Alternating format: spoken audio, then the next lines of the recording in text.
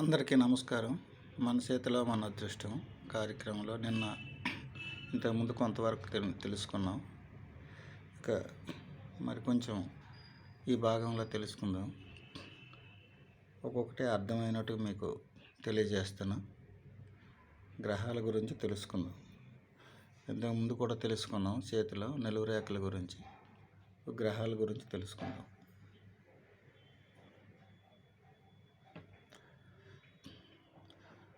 తక్కువలో కొంచెం వేసి తెలుసుకుందాం. మరీ ఎక్కువ కాకుండా లెంత్ పెరిగిపోతుంది.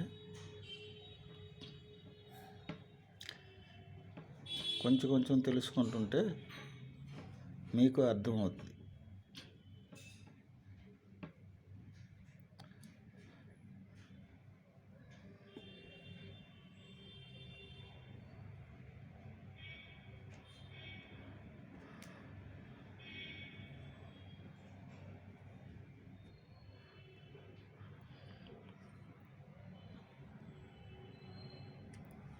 ఇది జీవిత రేఖ. దీని పక్కనే ఉంటుంది ఇది బుద్ధి రేఖ, ఇది హృదయ రేఖ. ఈ విధంగా ఉంటాయి. ఇది ధన రేఖ. యాక్చువల్గా ఉంటాయి, అందరికీ ఈ విధంగా ఉంటాయి చాలామందికి. అయితే గ్రహాల గురించి ఫస్ట్ తెలుసుకుందాం. మన చేతిలో మన దృష్టిలో గ్రహాలు ఏ విధంగా ఉంటాయి, అసలు చేతిలో రేఖలు ఉన్నా లేకపోయినా గ్రహాలు కానీ అనుకూలించినట్టు ఉంటే ఇంకా ఆ జాతకునికి ఇంకేం తిరిగి ఉండదు. చాలామందికి రేఖలు కొంతమందికి ఉండవు. మూడు ఉంటాయి. జీవిత రేఖ, ఈ బుద్ధి రేఖ, ఉదయ రేఖ, ఈ మూడే ఉంటాయి. మిగతా రేఖలు ఏమి ఉండవు, కనిపించే ఎవరికి. కానీ వాళ్ళు అదృష్టవంతులు అవుతారు. కోటీశ్వరులు కూడా ఆ రేఖలు, ఏ రేఖలు లేని వాళ్ళు, ధన రేఖ ఏవి లేని వాళ్ళు కోటీశ్వరులు కూడా ఉన్నారు. పెద్ద పెద్ద పదవుల్లో ఉన్న వాళ్ళు కూడా ఉన్నారు. దానికి కారణం ఏంటంటే గ్రహాలు. ఆ గ్రహాలు ఏ విధంగా అనుకూలించి మన చేతిలో ఏ విధంగా ఉంటే మనకు అదృష్టం ఉంటుంది, ఏ విధంగా ఉంటే బాగుంటుంది అని తెలుసుకుందాం. అదే గ్రహాలు అంటే ఒకటి గుర్తొచ్చింది. గ్రహాలు అంటే మీకు ముందు ఒక విషయం తెలియజేయాలి. ఈ రాబోయే సంవత్సరం 2025 సంవత్సరం గ్రహాలన్నీ మారుతుంటాయి. గ్రహాలు మారుతుండడం కాక ఒక షష్టగ్రహ కూటమి అని ఒకటి వస్తుందన్నమాట. షష్టగ్రహ కూటమిలో 6 గ్రహాలు కలిసి ఒకే రాశిలో ప్రవేశిస్తాయి అన్నమాట. షష్టగ్రహం అంటే 6 గ్రహాలు. షష్టగ్రహ కూటమి, అష్టగ్రహ కూటమి అని ఉంటాయి. ఇవి ఎప్పుడెప్పుడో వస్తుంటాయి. ఇవి అన్నప్పుడు రావు, ప్రతిరోజు రావు, ప్రతి సంవత్సరం రావు, ఎప్పుడెప్పుడో వస్తుంటాయి. అవి వచ్చినప్పుడల్లా ప్రమాదాలు జరుగుతుంటాయి. ఈ షష్టగ్రహ కూటమి మార్చిలో వస్తుందన్నమాట. మార్చి లాస్ట్లో వస్తుంది. మార్చి లాస్ట్లో కానీ ఏప్రిల్ ఫస్ట్లో కానీ వస్తుంది బహుశా. అది ఈ షష్టగ్రహ కూటమి చాలా ప్రమాదకరమైనటువంటిది. ఇది వచ్చేటప్పుడు ఏదైనా ప్రమాదాలు జరగవచ్చు, అనేకమైన ప్రమాదాలు జరగవచ్చు. అందుచేత ప్రజలందరికీ నాకు తెలిసిన మట్టుగా నేను చెప్పేది ఏంటంటే, వాహనాలు మట్టుగా చాలా జాగ్రత్తగా నడుపుకొని వెళ్తుండాలి. 100-200 కిలోమీటర్ల దూరంలో అంత స్పీడ్లో నడిపిన ప్రమాదాలు తప్పవు.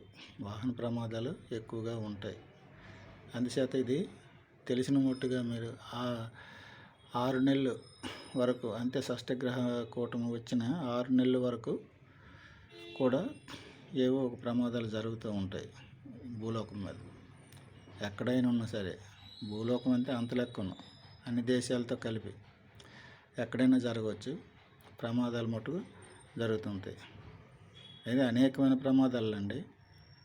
అవి సూర్యుడు రాజుగా ఉంటుండేమో ఏర్పడతాడు కాబట్టి, ఇంకా అగ్ని ప్రమాదాలు, వాహన ప్రమాదాలే కాక అగ్ని ప్రమాదాలు, తర్వాత యుద్ధ ప్రమాదాలు, ఇలాగ అనేక రకాల రాజకీయ శత్రుత్వము ఇలాంటివన్నీ ఏర్పడతాయి అన్నమాట. ప్రజల్లో ఒక భయాందోళనలు జరుగుతుంటాయి. అక్కడక్కడ వరదలు అనేక రకాలు ఉంటాయి. అందుచేత మనం ప్రజలను జాగ్రత్తగా ఉన్నప్పుడు కొంత తప్పించుకోవచ్చు. ప్రమాదాలు అనేవి ఎట్టి పరిస్థితుల్లో తప్పవు. ప్రకృతి వైపరీత్యాలు అనేవి వస్తుంటాయి. అవి వచ్చినవి మనం మానవులకు అది ఎవరూ తప్పించలేరు. అది ఒక్క ఆ ఋషులు అటువంటి పెద్ద పెద్ద వాళ్ళే జరగవలసిన దాన్ని తప్పించడానికి అవకాశం ఉండేది కాదు. అందుచేత మనం జాగ్రత్తగా ఉన్నట్టుకుంటే మన వరకు తప్పించుకునే పరిస్థితి ఉంటుందన్నమాట. అది అందుచేత మీకు ఇది తెలియజేస్తున్నాను. ఇప్పుడు గ్రహాల గురించి ఇది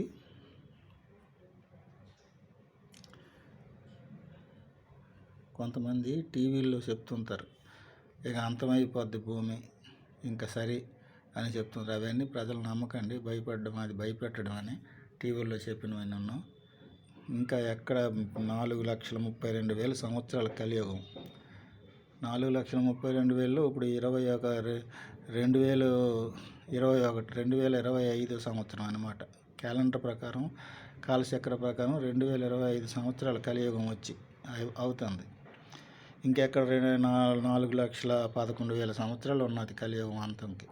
ఇప్పుడు ఎక్కడ అయిపోద్ది అంతం? ఈ ప్రజలు ఏదో లేనిపోని ఊహలు కల్పించుకొని వాళ్ళు ఇష్టమైనట్టు టీవీల్లో చెప్తుంటారనమాట. రేపే అంతం అయిపోద్ది, 2020లో అంతం అయిపోద్ది అన్నారు, ఒకసారి 2018లో అంతం అయిపోద్ది అన్నారు. రకరకాలుగా వాళ్ళు ఇష్టమైనట్టు చెప్పుకుంటుంటారు జ్యోతిష్యులు. అవన్నీ నమ్మి భయపడవలసిన పని ఏం లేదు. ఇంకా 4,11,000 ఇంకెన్నో జన్మలు ఎత్తాం మనం. ఒక జన్మ కాదు. ఈ 4,11,000 సంవత్సరాల్లో మళ్ళీ కృతయుగం వచ్చిన వరకు.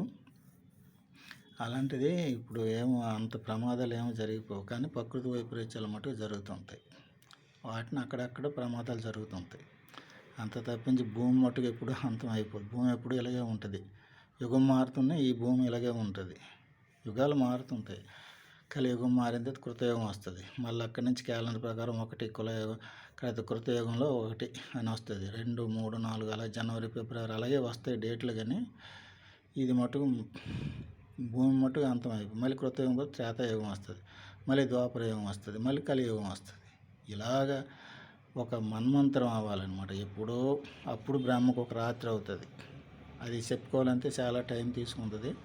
అవన్నీ వేరే విషయం మటుకు. కానీ ఈ సంవత్సరం మటుకు చాలా జాగ్రత్తగా ప్రజలందరూ ఉండాలి. నేను చెప్పబోయేది చాలా మెయిన్ వాహన ప్రమాదాలు ఎక్కువగా ఉంటాయి. చాలా జాగ్రత్తగా ఉండాలి. అది చాలా జాగ్రత్తగా చూసుకొని వెళ్ళిపోతే ఆ ప్రమాదాలు తప్పే అవకాశం ఉంటుంది అన్నమాట. గురుగ్రహం ఇది.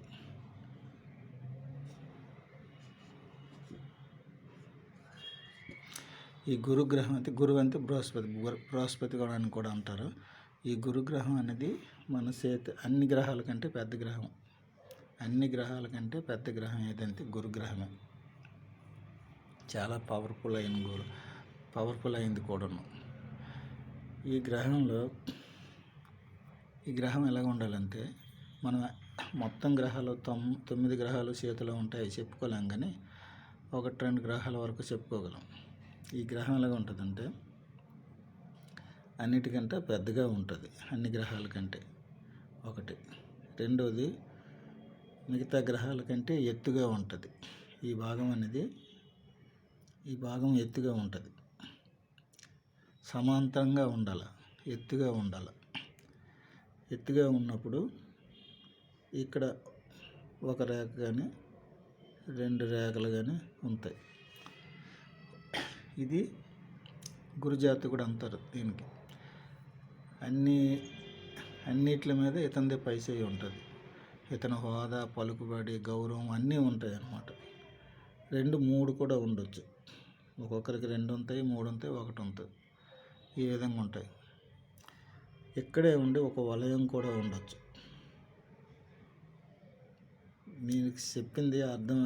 నేను చెప్పింది మీకు అర్థమైనట్టు ఉంటే ఏ జాతకుని దగ్గరికి వెళ్ళక్కర్లేదు. ఇలాంటివి ఉన్నట్టు ఉంటే మంచి గుర్తుల గురించి చెప్తాను.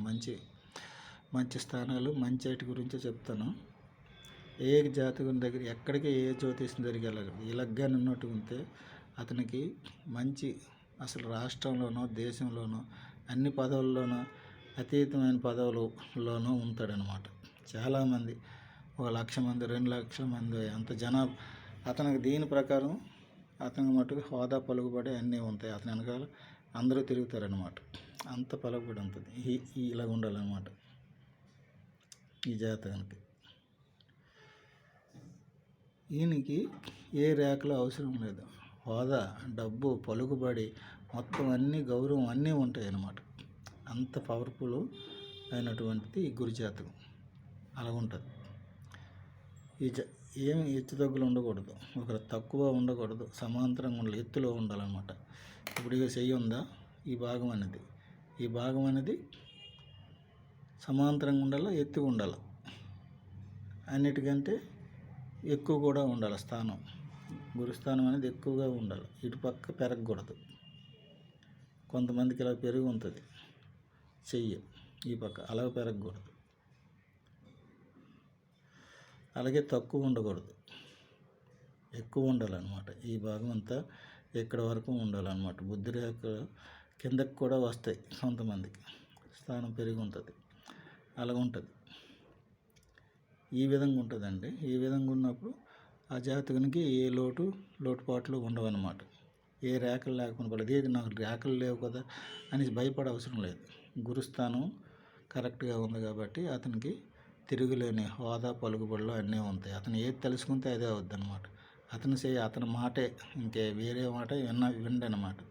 అతను చెప్పిందే అలాగుంటుంది. ఇప్పుడు కొంతమంది చేతులు చూస్తాను, పెద్దల చేతులు ఇప్పుడు సినిమాల్లోనూ వీటిల్లోనూ చూస్తుంటాం కదా, వాళ్ళకు 3 రేఖలే ఉంటాయి.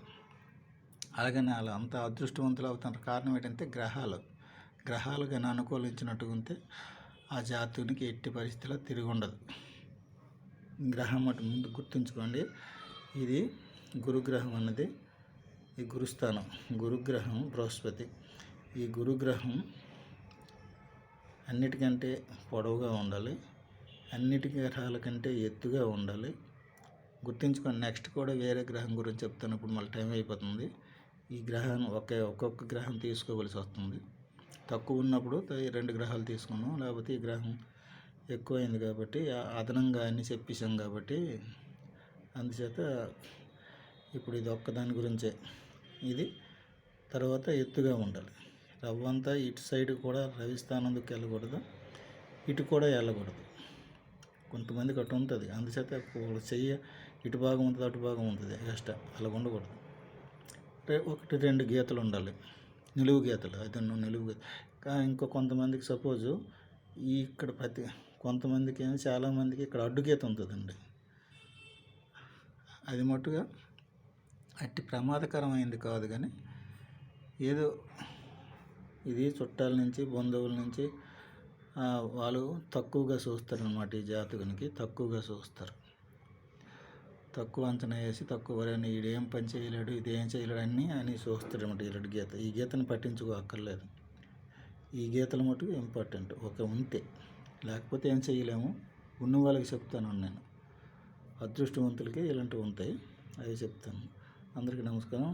రెండోదేమో నెక్స్ట్ వీడియోలో పెడదాం. ఉంటాను.